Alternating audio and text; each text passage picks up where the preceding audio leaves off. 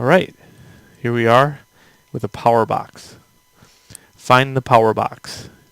As a student, you have a student area for files. You can file import the power box in. It's in OBJ format, so you have to file import it in. We're going to be looking at this power box as a way of reducing it down to a lot lower polygon count. Right now it's 33,000. It's going to even get higher here in a second. And we need to come up with maybe 300 or 400 polys. Maybe a little higher, but let's keep it as low as possible, and maybe a little bit more because we got this handle too.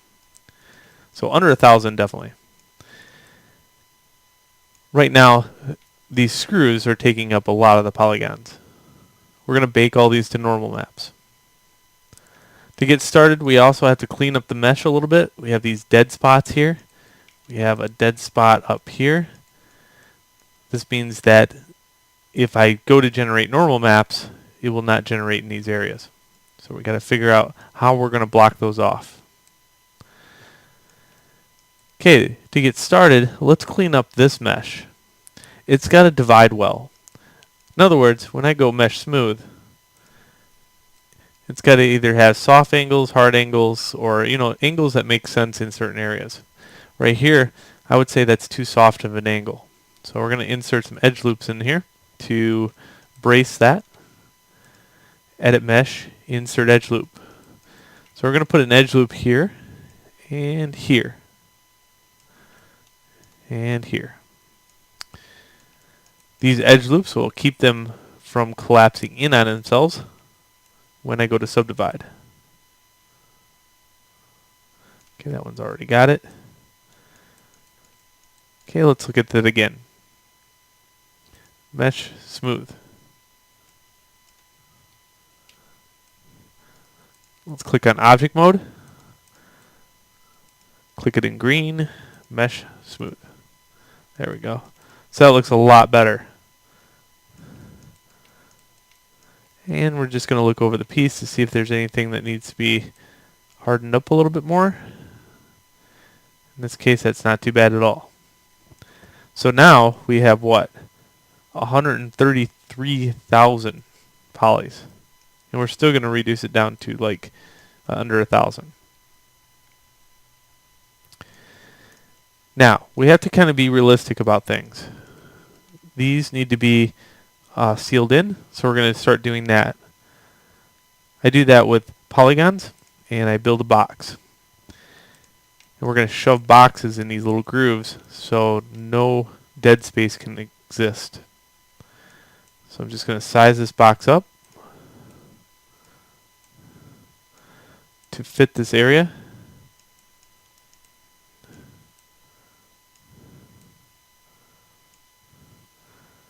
Then shrink it down.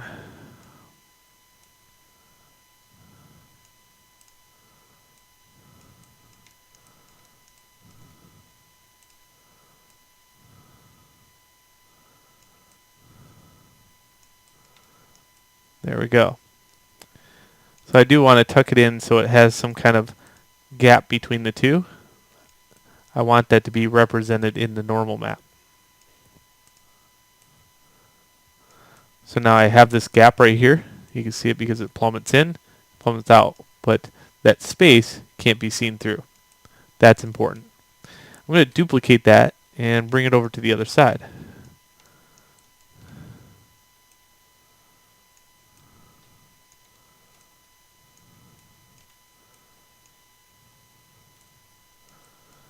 Okay, next, let's look at the top. Here's another area that's going to come into some problem with a normal map. So we're going to start sectioning this off.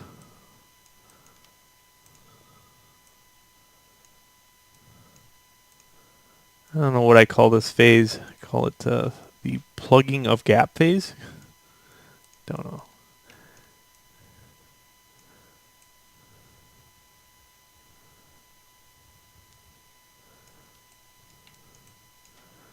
Okay, we're going to stop right there, and I'll just grab the vertices and move them in.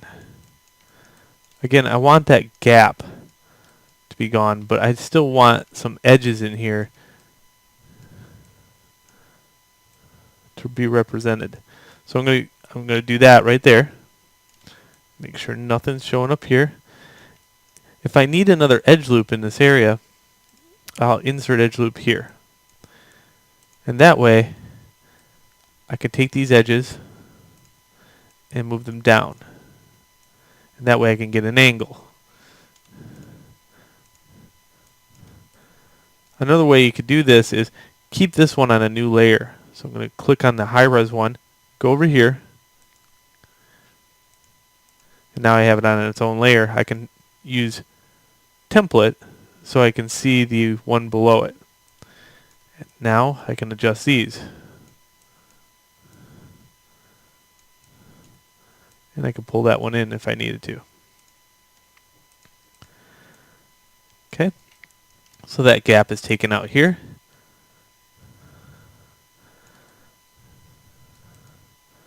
Just pull this up a little bit, and then take this edge and pull it in a little bit, or down. That looks good. So I need that over on the other side.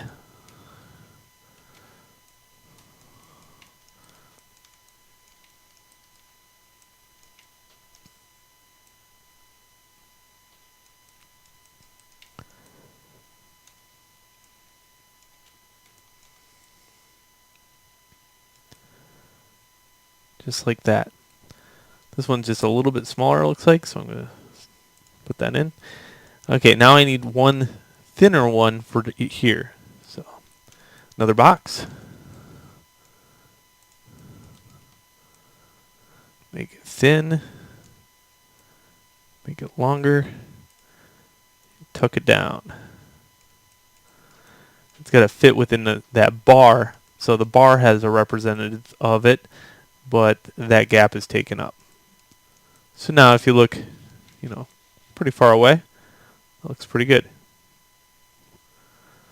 So you can go nuts with the whole modeling thing. It's in this phase you clean it up to make it normal map friendly. Another thing that won't fly very well is this thing. So we're going to take it and put it off to the side. In this case, I'm going to turn it into default quality under rendering. I'm going to go into face mode or vertice mode. Doesn't matter. Oh yeah, I got right protected on. Yeah.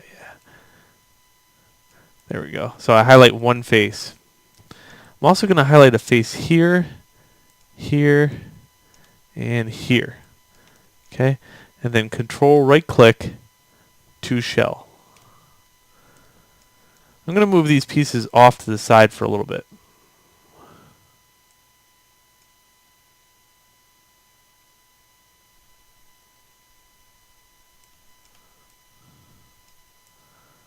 So just grab them and go.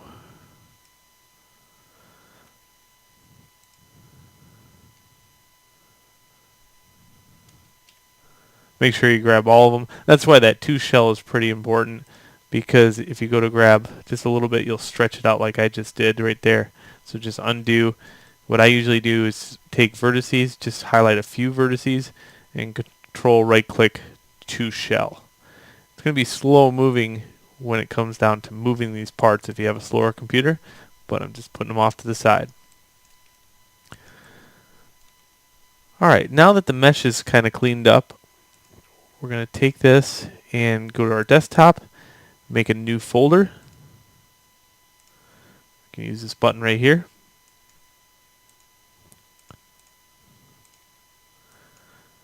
Looks like the new folder button is not working, so I'm going to close that out and go to Explorer. I'll make a new folder on my desktop here. And we'll call this the Power Box.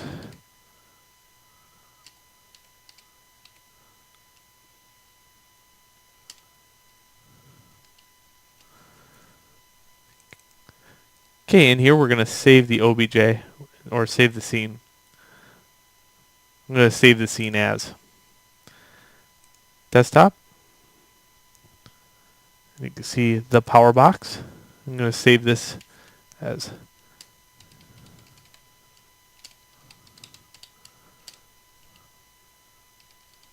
Jason Welsh Power.